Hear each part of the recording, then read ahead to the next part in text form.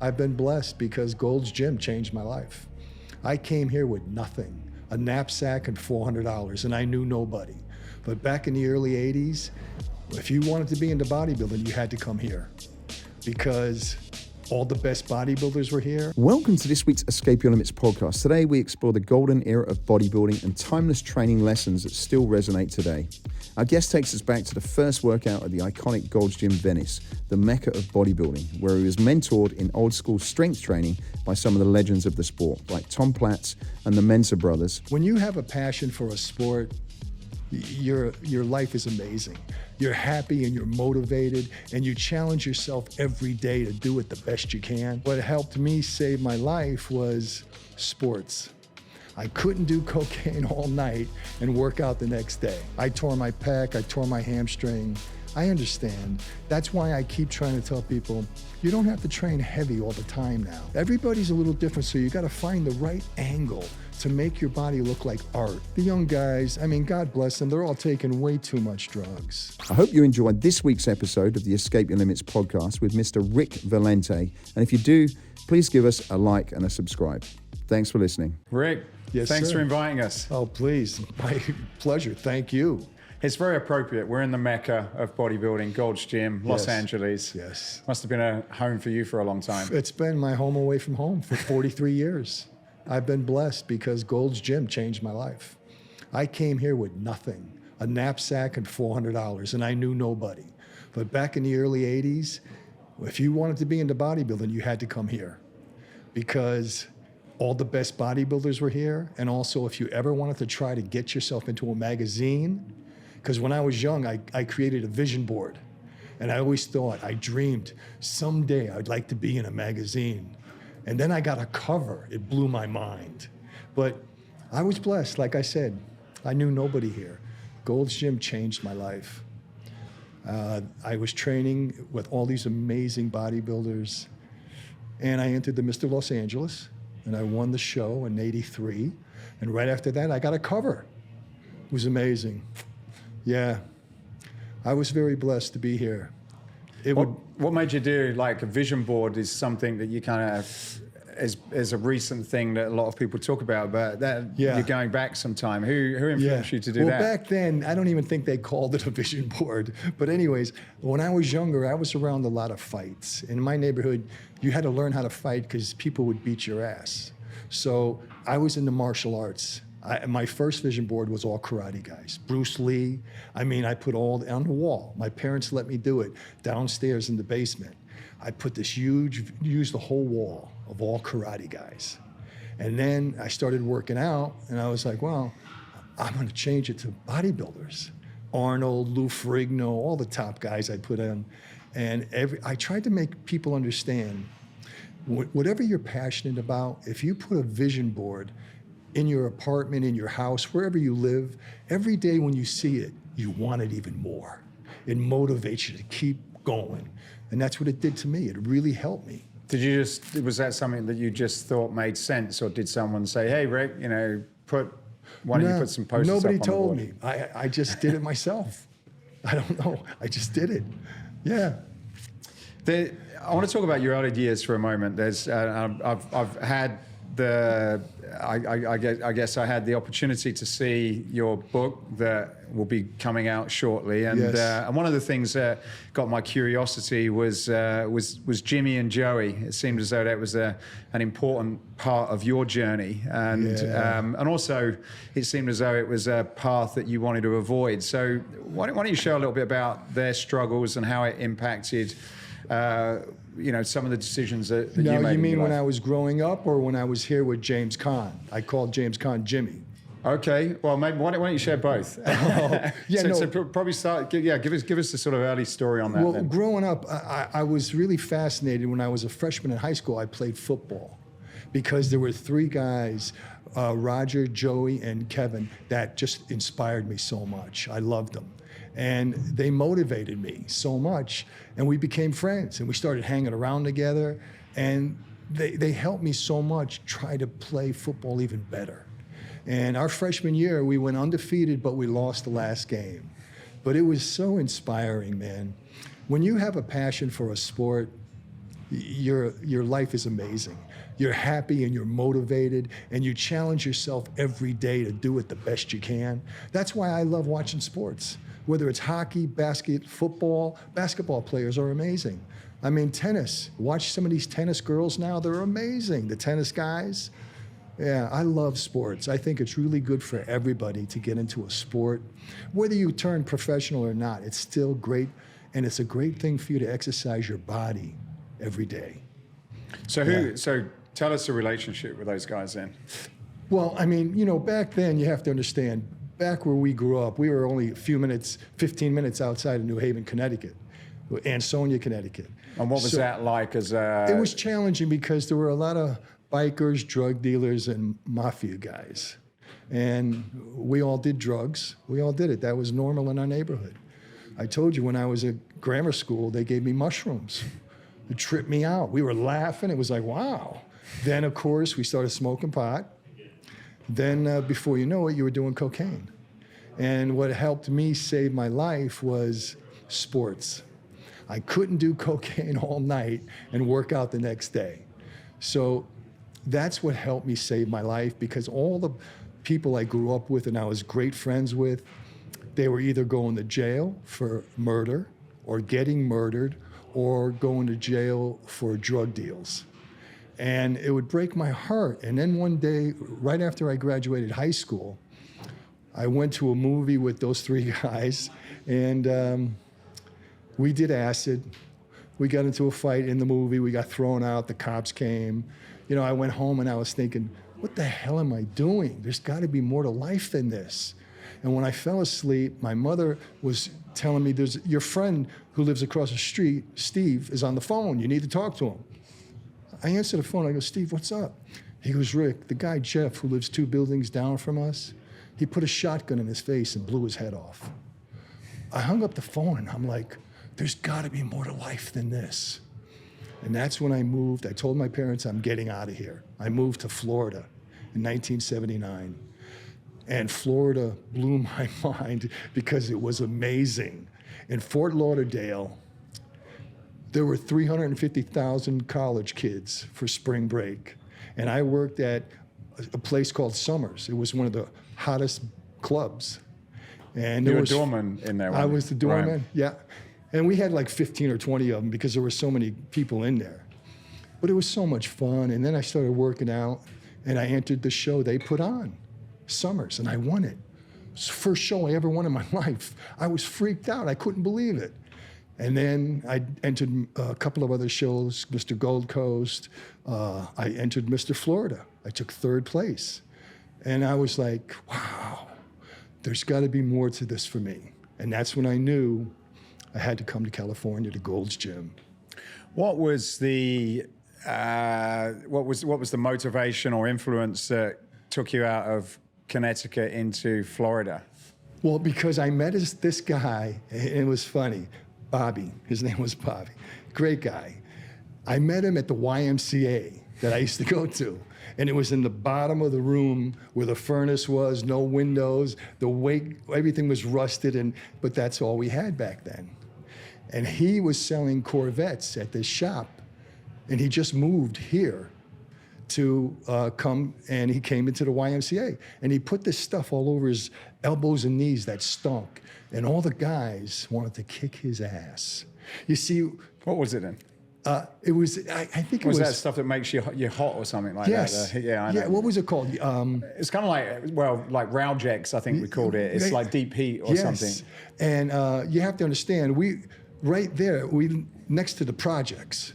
So I had a lot of great friends who were black. And a lot of these black guys down there wanted to kick his ass. And I had to get between him and say, no, don't, because I saw him pull up a Corvette when I first saw him. And I thought, wow, because we loved cars like that growing up in our neighborhood, all incredible cars, Corvettes, you name it, Camaros. And I started talking to him. He only stayed there less than a year. And he said to me one day in the YMCA, Rick, listen, if you ever want to get out of here, come to my place in Florida. He gave me the card, and about a year later, I still had his card. I called him up and I said, Bobby, can I come down there? He goes, of course. And I went down there. He let me stay in his apartment. Doorman, I was a doorman for many years in my late teens. Great experience. Oh. I could imagine someone that had your looks and body going to somewhere like Florida. Like, tell us a little bit about that story and what, you know, were there any really interesting moments as it relates to working in these clubs at the time? Well, I mean, the guy I was living with, Bobby, he was one of the bartenders, and we had like 10 different bartenders there because it was a huge place. And I would let in all the good-looking guys and the pretty girls, and I would point to him, and he would give them free drinks. And of course, we developed all friendships with a lot of beautiful girls. Back then, though, what was different about the world back then, girls wanted to be with you as much as you wanted to be with them. It was amazing. We had so many amazing experiences. I don't want to get into it, but yeah. I can imagine. It was amazing. What was the music scene like at that time? Oh, rock and roll. They had all kinds of bands up there playing. It was really a cool place. I believe, I have in my book, I talk about the owners back then, and they were incredible. Yeah, they were great people. It was a beautiful time in my life. I spent 3 years there. One time I worked at a hotel, a famous hotel, where all these famous people would come, and I met all these incredible people there. And then I would work on where the beach was, cleaning up all the stuff and taking care of people swimming. So I was kind of a lifeguard. And the girls in the hotel would call me down at my booth and say, Rick, can you bring up a big towel for me? I'd say, okay. I'd go to the door, I'd knock on the door, they open it up naked. What do you think we did? Boom, it was amazing.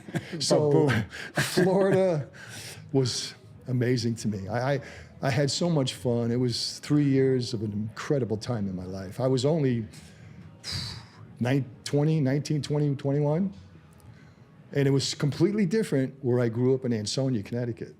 Completely different. So, yeah, that's what helped me change my life's experiences. And I try to tell this young generation to understand that. Whatever you're really not happy about, you could focus on some kind of solution instead of wallowing in the problem. Because all you're doing is punishing yourself, making yourself unhappy.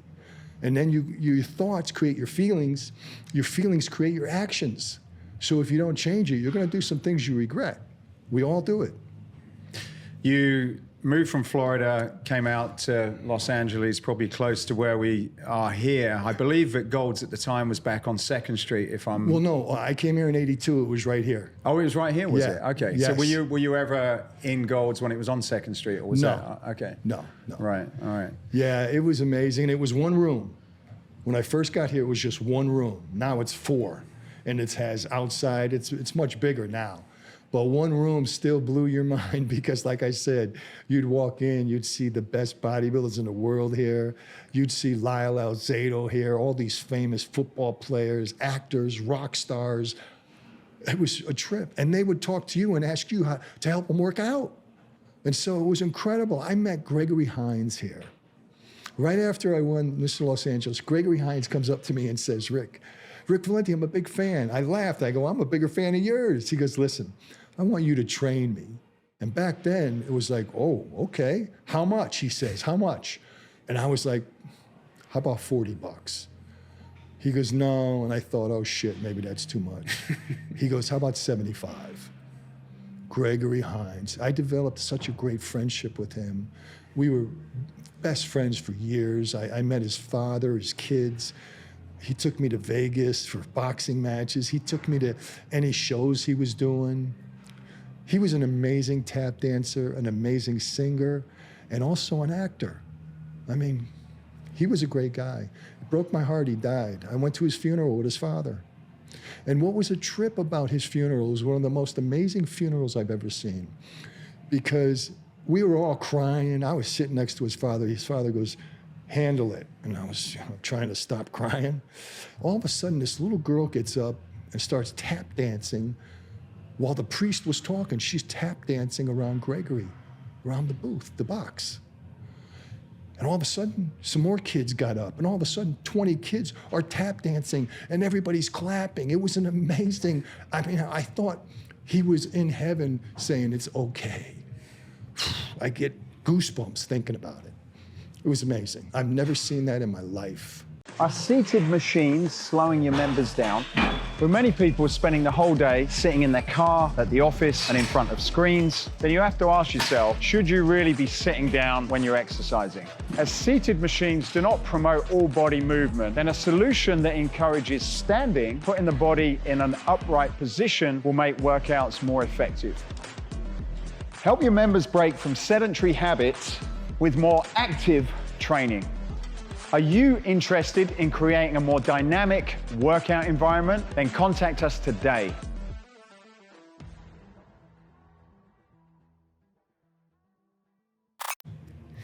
Coming back to Gold's Gym then, it's difficult to imagine what the environment, what the energy, Yes. what was on people's minds at the time, because we're going back into early 80s when the fitness industry wasn't like it was today. No. So paint a little bit of a picture. Like who was coming in here? Why were they working out? What were they all trying to do? I think everybody was coming in here to either become better bodybuilders or athletes becoming better athletes. And so there were so many different ways to train because there were so many great bodybuilders here training a little differently. Some were doing high reps, some were always training heavy, and a lot of us trained heavy, but a lot of the people I know who did train heavy all the time, we've all had surgeries. I tore my pec, I tore my hamstring. I understand. That's why I keep trying to tell people, you don't have to train heavy all the time now. Try to do high reps with light weight. The pump and the burn will blow your mind. It's different. Yeah, and there's so many different ways to work out. I mean, back in the early days, when I was young and I got here, we would do chest, shoulders, triceps on Monday, legs, back, biceps on Tuesday. Wednesday was just cardio, and then Thursday and Friday, we would repeat it. Chest, shoulders, tricep Thursday, legs, back, biceps on Friday. But when you got done working out, you walked out of the room, you were exhausted. I mean, I used to watch Tom Platz train legs. Sometimes he would go to the floor and puke. That was normal. I mean, that's when Arnold used to always say, working out is like having an orgasm. Because back then, people trained so hard and so amazing. When you were done, your body was completely released. Who were the people that you used to bump into? Was it this fringe underground movement, which was bodybuilding, started by Arnold and pumping iron, or were you getting other people that came here for the motivation? Like, because now you go outside and there's everybody from sort of people that are 80s. It's a whole different generation now. I know, and there's not that many famous people that I know. So maybe the new generation of famous people, I don't even know who they are, but. Back then, it would blow your mind watching Westerns and seeing these guys in here that were in the movies. You're like, whoa. Michael Landon, he was in all the Westerns. Were they doing it to get in shape for movies then, was that? Yeah, and also they just loved to come here because back then, everybody loved to come here. Because like I said, there were so many A-list famous people. Michael Jordan, I mean, Magic Johnson. I can go on and on and on. I mean, I can't, wrestlers, the best wrestlers in the world were here. And it's like any football players or basketball players that would come here to play the LA teams, they would train here. So it was just like I said, it was amazing to see all these amazing A-list people, models, rock stars, you name it. I can go on and on and on. It was playmates, oh God, boxers, oh man, basketball, baseball, hockey players. I mean, here, if you look, you see all these pictures. A lot of these people are famous people who are hockey players and boxers, and TR trained all these people. It was amazing. You also mentioned that this used to almost be a booking agency for jobs. Well, what happened is Derek Barton. Who was Derek? Derek created an agency here at Gold's Gym for casting. Really? Well, an official one, or Yes. sort of like an... No, it was official. And so he came up to me one day and said, I'm creating this situation, and you're the first person I want to ask if you'll do it. I said, absolutely. He booked listen, he had Van Halen's 5150 album cover casting here at Gold's Gym. The people were packed all the way outside, waiting in line. And I went to the audition and I gave a picture and thing. I talked to the guy not too long and I left. Derek called me up like 2 days later. He said, Rick, they booked you. I was shocked. See, this is what I talk about. Blows my mind when I look at my 3-4 page resume. I was so lucky to book all the things I did. On the cover of one of the most famous rock and roll bands album cover. Just me. Do you think you were lucky though? Or because it sounds like you put you, and I'm saying this for anyone that's listening, and yeah. Do you think you also worked bloody hard to put yourself in the right position? Well, I think it was a combination of both. I was so lucky to book it, but also when you have a passion, you're unstoppable and you keep trying to get yourself better. And when we shot for 2-3 days with the band, we had so much fun. We were drinking, we were laughing. And when the picture came out on the album cover, I was shocked. I was the only one on the cover because we took pictures with them with me. And I'm like, wow. I just, to this day, it still blows my mind. What were the guys like? They were fun. They were fun. We had fun. We laughed. We talked. They were all young. And then Eddie died, the guitar player. He was amazing. Was it like you would imagine? Were they just real rock star? They were rock stars, man. I mean, they weren't as famous now as they were then. They were young and they were just starting a couple albums. But I grew up with rock. I mean, I liked rock, man. Rock and roll. Wow. Yeah. That's what made Gold so incredible back then. They played rock and roll. People would walk in, you hear the music you like, you just start, whoa. Then you'd see famous people, you're like, whoa. Then you saw beautiful girls, whoa. Yeah. It's still got that energy you after walking in the door today, Oh very my similar to that. God. Yeah, no, I still try to keep enjoying it. It's just different now and I have to accept it. It's a different generation. I understand all this new generation kids are obsessed with their phones. And it's a little different now because back then, when someone came up and said, can I jump in with you? You said, yeah. And then you'd start competing against each other and have a great workout. Now you go up to a kid and you say, can I work in? They go, no, I just started. And I go, but wait. I go, wait, you have to understand, you don't own this piece of equipment. We all can share it. And he goes, well, okay, come back in a few minutes and I'll let you work in. I'd walk away and I'd look at him and he'd sit there on the machine looking at his phone for 10 minutes. My old-fashioned Italian guy wants to go up to him and say, dude, get the fuck off that chair. But no, I couldn't do that. I waited and I would try using a different machine that I wanted to use. But we have to accept this because I understand it's the new generation and they're all obsessed with how many followers can they get.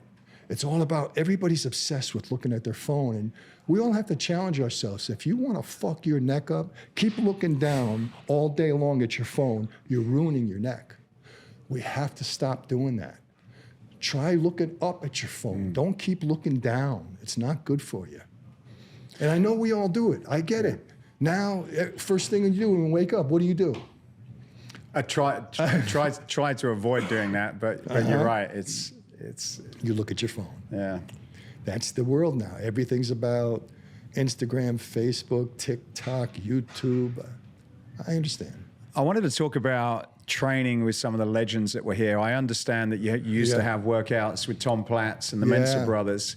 Give us a little bit of an overview of a couple of workouts that you remember with those guys. Well, with Tom Platz, it was really challenging because Tom would not only do incredible reps with heavy weight, but then he would make you do negatives for him.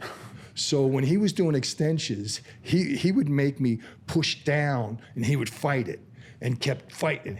And same thing with the leg curls. He'd come up, he'd want me to pull it down and pull. And man, by the time I got done, my arms were killing me. But he was such an amazing guy. And the other guys you were talking about, they did high reps. Leg extensions. I mean, 50 reps would burn your legs out. So they were different, but both amazing. That's what I loved about Gold's Gym back in the day. There were so many different workouts you could try that you have to kind of find what you like and what works for you. But I tried all different kinds. Lyle Azedo, every machine we used, he'd make me stack it. We had to stack every machine. He was the strongest. He was one of the strongest guys around, I gotta tell you. Lyle was amazing. When I tore my pec, he took me to the hospital. He was with me that day. They wouldn't touch me. I had no insurance. Yeah. So what did Lyle do? Took me to the Raiders surgery guy. Amazing. This is what I'm talking about. The friendships you develop in your life's journey are so important. Some people will stay with you for the rest of your life and do whatever they can for you, and you'll do whatever you can for them. That's what life's about. Friendships are so important. And it's challenging today because a lot of these young kids won't even talk to you. I walk by people, they won't even look at you. They're looking at their phone. I'm like, okay, hi. Sometimes I just say hi, they ignore me. What was it? What would it be like? You know, Tom comes in the gym to work out with you, and you're pushing the stuff, pushing the weights down, and he's pushing them back up. Like, was it just natural that like everybody was doing it, or were people like? No, there were so many people doing kind of the similar thing, and they would all try the different things they just saw. It was. How would you compare that intensity in some of those workouts, which sound like the legend sounds as though they were pretty awesome compared to how you see people working out today? It's different. And that's what I'm trying to help people understand. When you're having your workout, make it your most important time of the day. Stop looking at your phone while you're working out. And that's why I love doing high reps, because you can't think of anything but counting. So you let go of all the crazy stuff going on in the world because you can't think of it. So you have to count. You try to count to 100 or 200 reps, it blows your mind. And it's such a release when you accomplish it. When you get done, you're like, whoa. Because it's you against you. When you're doing lightweight and trying to do high reps, it's you against you. And it's a great feeling when you accomplish it. Yeah. I was watching some of the old videos of Tom and looking at his legs, and they're just mind blowing. I don't know whether it was just that the pictures looked different then, or whether even if he came in here today, he would be that much of just a specimen. But when he finished those workouts, what kind of went on? Did he sort of like drop his shorts and pop out his legs? Oh yeah, no. See, that was how it was back then, and now everybody walks around with no shirts on. It's different, but back then, when people were in great shape, getting ready for a show, we'd all go to the end near the little gate door, the garage door, and right by the mirror, we'd all watch them, and they'd pose. And that's what was cool about back then. In between your sets of working out, you would stretch and pose. You saw Arnold do that in a few movies he did. You know, Pumping Iron, when he was doing chest in between the set, he was posing. Biceps, you pose. You keep flexing it. And that makes you get a better pump and also learn how to hold your arms up when you're trying to hit a front double bicep. Everybody's a little different, so you gotta find the right angle to make your body look like art. That's what it's about. See, back then, bodybuilding was really like art, artistic. Now, the young guys, I mean, God bless them, they're all taking way too much drugs. Their bodies are getting so big, their organs grow, so their bellies are bigger, their thighs are so big, but they're not that muscular. It's just different. So that's why a lot of the kids like the old school bodybuilding. It was more like art. Frank Zane. It was amazing. What was the drug scene like back then? Was it something that you No, I'll tell you the truth. The what? truth is basically back then we did a little Deca and Primobolan. So you were on maybe 200-300 milligrams a week for 3 months. Then after the show, you'd get off for 3-4 months. Now these guys are doing 2,000 milligrams a day with other drugs. That's why so many young kids pass away. I feel sorry for them. But you're losing the artistic look of bodybuilding, where even people who weren't into bodybuilding would look at that and go, wow, that's beautiful. Now they look at it and go, I don't get it. It's hard to understand, but I just want these new bodybuilders to understand you don't have to take 2,000 milligrams a week. You're only destroying your immune system. You competed in the Well, you won the Mr. Los Angeles, Right. and I took second in the Mr. California. And second in Mr. California. Yeah. Okay. When you were posing, and I understand that you have a passion for the, as you said, Yes. for the art. Yes. Who was your coach or inspiration to get that start? You know, I had so many people helping me pose, but Gregory Hines, who was a famous dancer, he would take me and have me pose and help me twist my waist. And when you do that, it makes your waist look even smaller. I have a front double bicep that was taken at the Mr. Los Angeles, that I had my front double bicep up and my waist was twisted just a little bit. It makes it look like art. It looks different. And so I try to help these guys understand we all have a little bit different body. So you have to figure out which is the best way to hit your pose. Back then, when you were doing a side chest shot, you rolled it up, and so it was like this. Nowadays, they hit it, and it's different. The poses are different. And then we had to have an incredible posing routine. So we would practice and practice so much that you would go out and realize you start with your fingers. Everything starts with your hands, fingers. And the thing is, nowadays, guys come out before they even hit a pose, they want an applause. And then they don't even have a real posing routine. They hit a few poses, walk to the other side, hit them all, and I'm like, wow, it's different. And I'm not judging them, I'm just saying, back then it was different. People loved watching people put on great posing routines. So that's when we got ready for shows. We were practicing our posing routine at least 6 weeks before the show. Yeah. And like I said, getting into a posing room and hitting each mandatory pose and having someone put on a timer and you hold that pose for a minute, let me tell you, a minute's a lot longer than you think. And when you do that, when you hit the pose, you're not shaking at all, and you know exactly what position it is to hold the pose. You're the first one on the pose and the last one out. Other people are shaking or, no, you gotta practice the posing routine. What was your favorite track to come out on?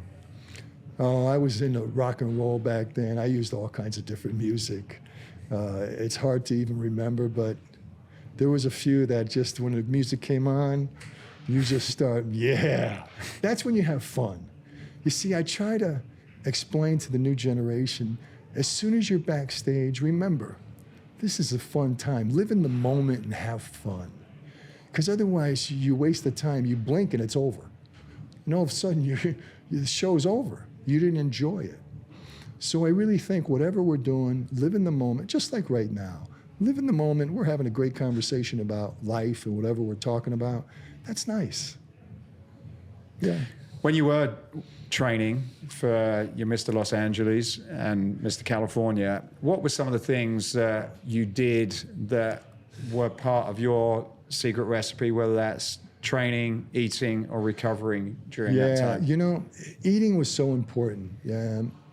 You know, I'd start the day with egg whites, eat the protein first, and then a little bit later, half hour later, I'd have steel cut oatmeal with blueberries and a banana.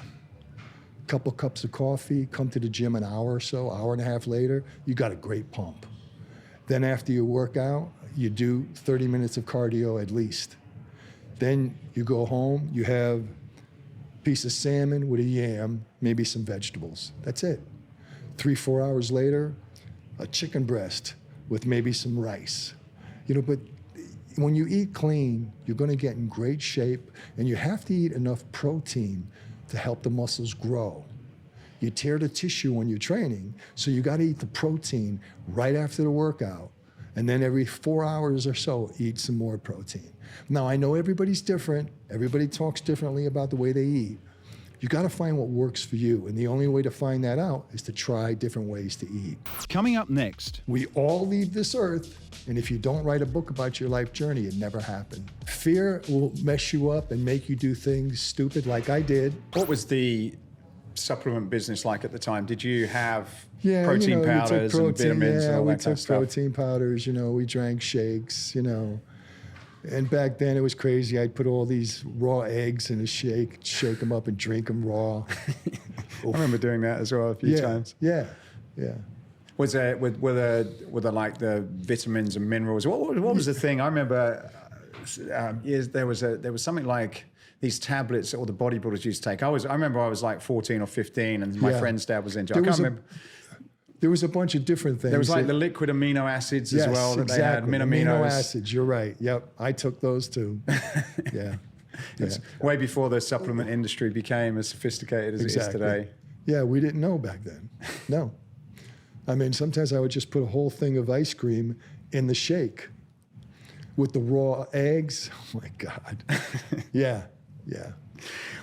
Body shaping. Yes. I didn't know anything about this. I started looking into you, and there's a ton of it online. Yeah. And what on that for me, it made me realize like this was mainstream TV. Oh, it was. At a time way before the fitness craze of today. Way before cell phones. Yeah. Yeah, no, we started in 90 and we shot for almost 10 years. We did over 800 shows.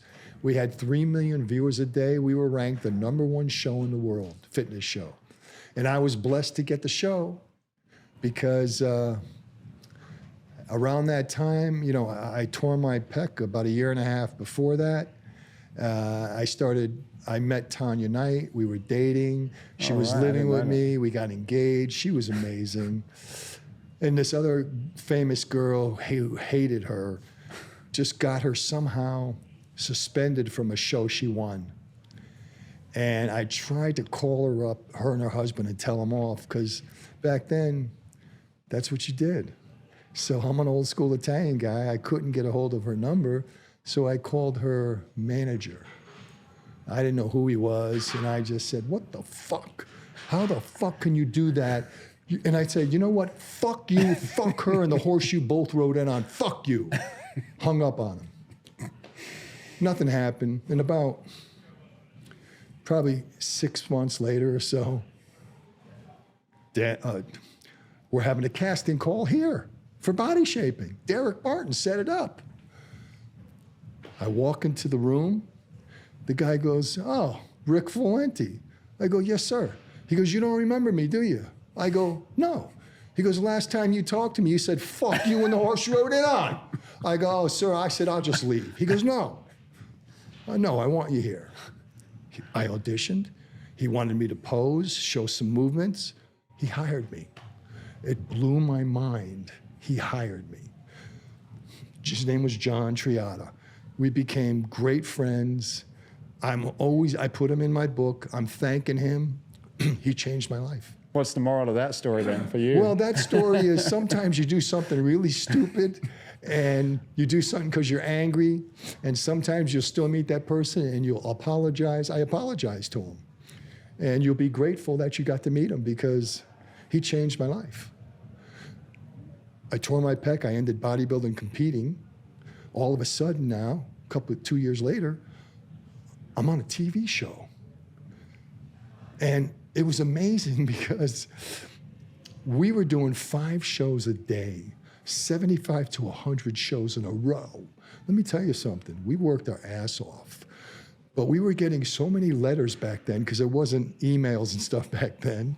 And it was incredible to see all these different people who had questions for us.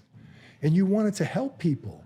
So you had to study more things. It wasn't just about bodybuilding now.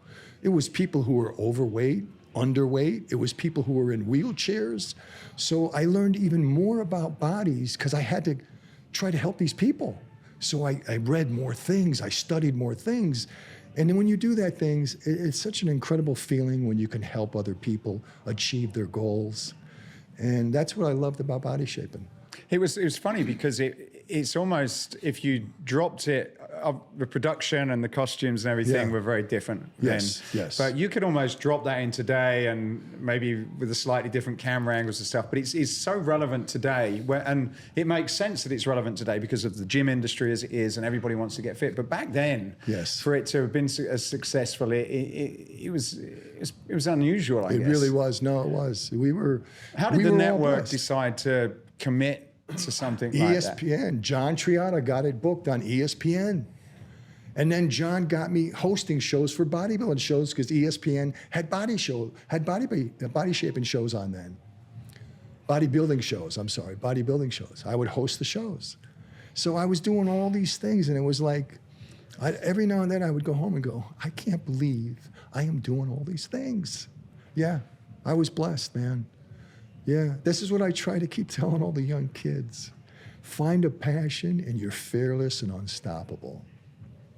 Yeah. Clearly that level of awareness and visibility on the TV must have given you a certain amount of fame where you were being recognized. Changed how did life. that? Wherever I went, people would go, Rick Valente.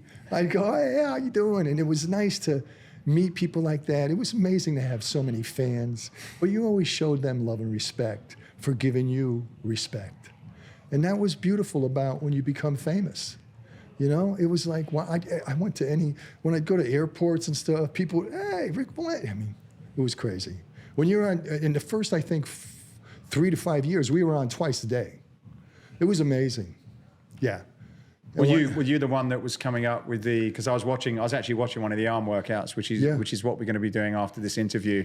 Yeah. But I was watching one of the arm workouts, and you had two girls in these bikinis. Oh my God. Yeah, that was so much fun. Listen, the girls would do a lot of cardio stuff and different stuff, and then, you know, I would train with weights, and Kendall was the instructor for the cardio and the dancing. It was so much fun. I mean, the show was great. John really created a entertaining show. Whether you were into working out or bodybuilding, guys would love to watch the show because there were beautiful girls in bikinis. Yeah. We were on the beaches. I could see the appeal. Yeah. What was the beach it was on? Because it wasn't here, was it? We were all over. Right. Hawaii, all over. We were all over the place. We did so many shows. We did so many. The challenge was, as you get older, you know, you go to Hawaii in July, August, some of the hotels had less people because it was so hot. But that's when we got in. And, you know, you start at 6:30 in the morning and you film till 6 at night. And you're in the sun and big lights. So doing that for so many years, when you get older, your skin's damaged. So I'm trying to tell these kids also, when we were getting ready for shows, we would go out to the beach and put oil all over your skin. It's not good. It's not good. How old were you when you were doing body shaping? Well, let's see. I tore my pec in '87, and I was probably around 30, 31, 32. Yeah. Right. Yeah. I understand from the book that when you got into your 40s, you were reflecting and almost, I think in your words, pulled to the dark side, and when boredom kicked in, yes, and questioning. That's what happened. True happiness. I kind of retired at 40. I made enough money, and I just thought, you know, wow, it's amazing. Because I had a lot of older friends tell me, retire young. So I did, but you know what? I got bored. And so what did I start doing? Hanging around with famous actors, doing cocaine, going to Vegas. And I just said, I gotta do something else. So I decided, you know what? I'm gonna create another show on TV about all the amazing trainers in Gold's Gym. And I was gonna do that. So I filmed all these people, created great interviews where then all of a sudden I saw, if I'm interviewing somebody for a while, I could create a little documentary on their life. So when you're talking to somebody about their life's journey and workouts, whatever, then you ask them for pictures and videos. And when you get that, then you film those in. Because I was lucky to do a lot of commercials with Joe Pytka. Joe Pytka did over 6,000 commercials. He's one of the best directors in the world. Him and I did over a dozen commercials with him. I did 42 commercials in my life. I mean, this is what freaks me out when I look at my resume. So Joe really helped me understand when you're interviewing and talking to people, don't just have their face talking for too long. It gets boring. But when they're talking about things, if you cut in videos or pictures about their subject, it makes it more entertaining. So I started getting into documentaries. I did over a dozen of them, probably more than 20. And just when I was creating a big page to put it all in, that's when Facebook, YouTube, they all allowed videos. So it wasn't very easy to compete against that. So then I started to do something else. I created clothing, t-shirts, hats with positive little quotes on it. And I thought, that's cool, but you have to have the right marketing group to help you market stuff. And that didn't work too much. I didn't make much money, but it was okay because I was really into it. I started doing the pictures. I bought a bunch of cameras. Now I'm into doing pictures, being a photographer. So I got into that for a while. So I've had a lot of fun creating things and having different passions. And now in my life, I'm excited about getting my book out and trying to share with a lot of people in the world things that I've learned about life. And we all have to try to understand we need to exercise our mind as much as our body, especially in today's world where so many things don't make sense. So you have to understand your thoughts create your feelings. Your feelings create your actions. So if you're always thinking negative thoughts, you're really making yourself unhappy, angry, and you're bringing your immune system down. So you're really beating yourself up. So I'm trying to get that out there. I'm trying to get the book out there, and I'm trying to help all my friends realize, write a book about your life's journey. We all leave this earth, and if you don't write a book about your life journey, it never happened. Good catchphrase that one is. I want to go back for a second about this boredom, because it's something that I've slowly figured out about my life, and I've listened to other people talk about something similar, and I think it's really powerful, and it's something that can be easily ignored. And when you're in a position and you kind of don't know why things are happening, yes. If you question, I guess some people can call it having a purpose or whatever, but I'm the same. I love to be busy in the thick of it. Yes. When that isn't happening, and you know, sometimes you want a little bit of peace in your life, you want to slow things down and enjoy something. But I find if I'm in that situation, sort of unconsciously, I go into this, like you, a self-destruct mode. Yes. And it's something that you kind of people think they want that, but then it's you fill your time with other things. Tell me a bit about that. What I've learned when I get into that position, I started thinking, I've got to try to figure out how to exercise my mind and stop thinking these negative thoughts. So I went to the bookstore and bought all these different books about how to exercise your mind. And I really started learning because I started also listening to audiobooks. I like The Secret. I mean, she says so many amazing things, and she makes you understand whenever you're dealing with something, try to focus on the solution instead of wallowing in the problem, because then you're only punishing yourself. You're getting so unhappy. So focus, try to find a solution to the situation you're dealing with, whether it's a health issue, whether it's you don't have a passion, you're bored. Find other things that you might like. I mean, sometimes when I'm bored, I do puzzles. 1,000-piece puzzles. It's such a challenge because you can't think of anything but finding that piece that fits in that exact place. And you would do it. And the more you would do it, it's the first thing in the morning you'd start with. And I loved it. I did 25 puzzles. And I'd give them away to all these friends of mine. Not one of them did it. I would always say, listen, I just finished this puzzle. I'd put it back in the box. And they'd say, I want one. I'd give it to them. Not one person yet has finished the puzzle. Yeah. Do you think bodybuilding as in some way has been that leveler for you, where regardless of what goes on, you know, you've obviously been through some dark places clearly, but that is what is a connection to reality, and because of that you've managed to stay. We all need to work out some way. We all need to keep doing some type of cardio. You don't have to do crazy running. You could do just walking. Try to challenge yourself to get 5,000 to 10,000 steps a day. You'll stay lean. It's good for your heart and your lungs and your mind. So we have to keep moving. Every day we wake up, we're blessed. Try to enjoy the day. Don't watch the news too much. It beats you up. So many things in today's world don't make sense. Everybody has their own opinion. You could watch stuff and go, whoa. So for me, I keep trying to work out every day.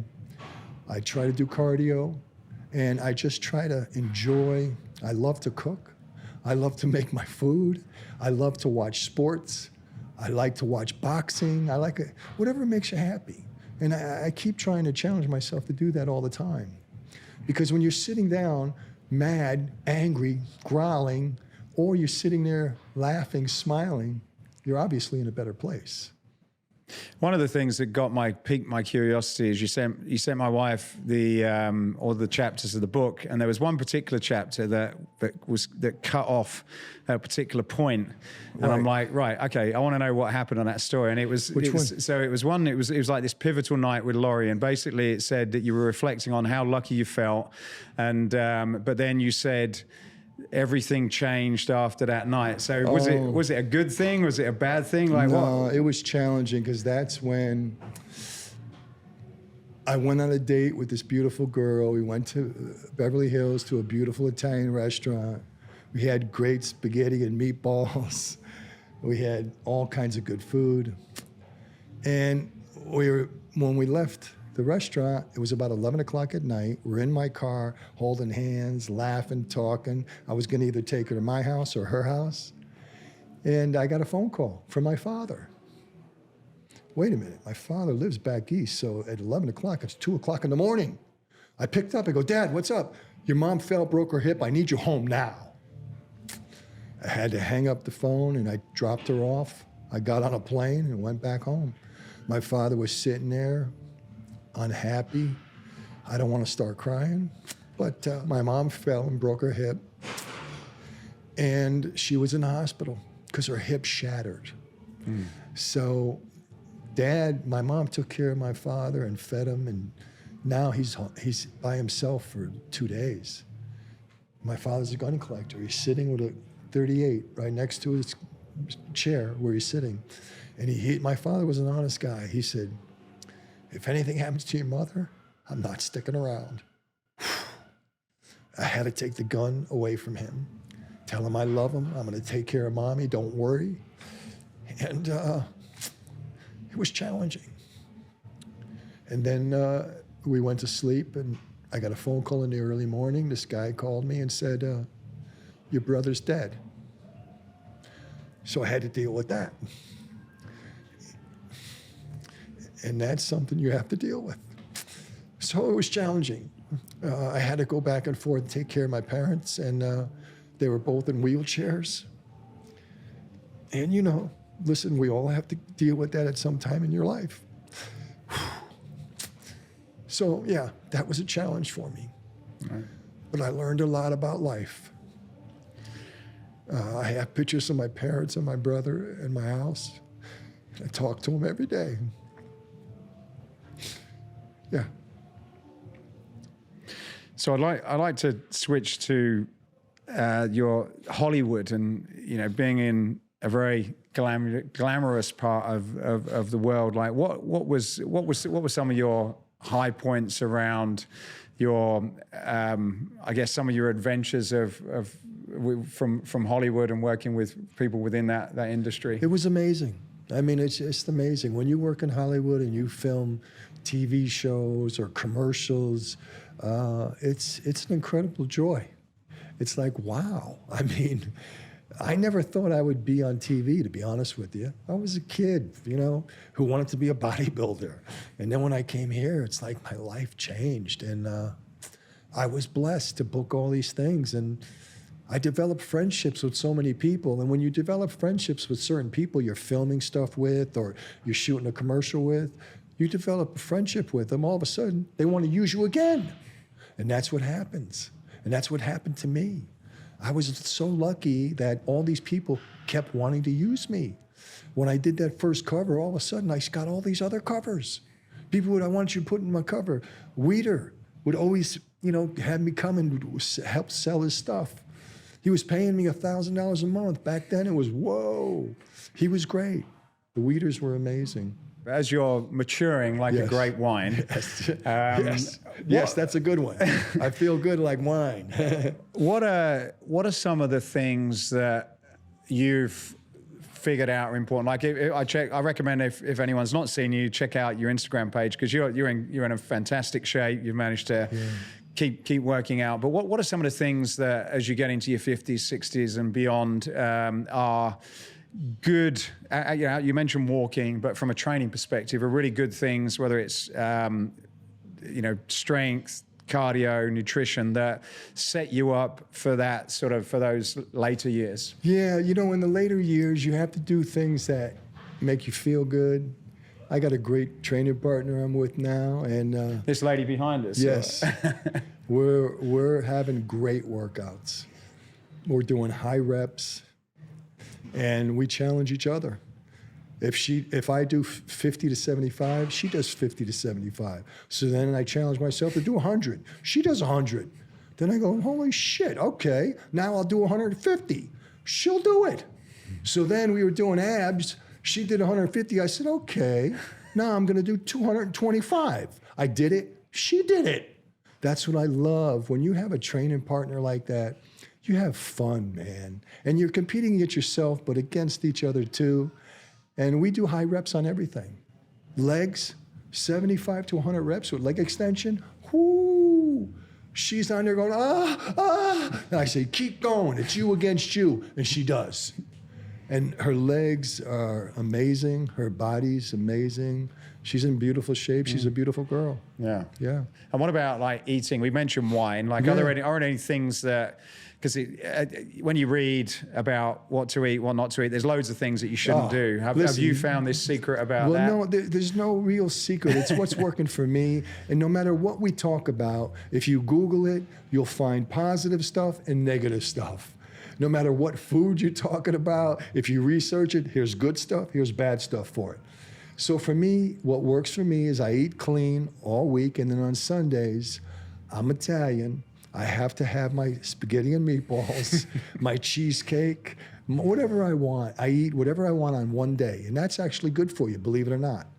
Just one day, eat whatever you want, but during the week, try to challenge yourself to eat clean.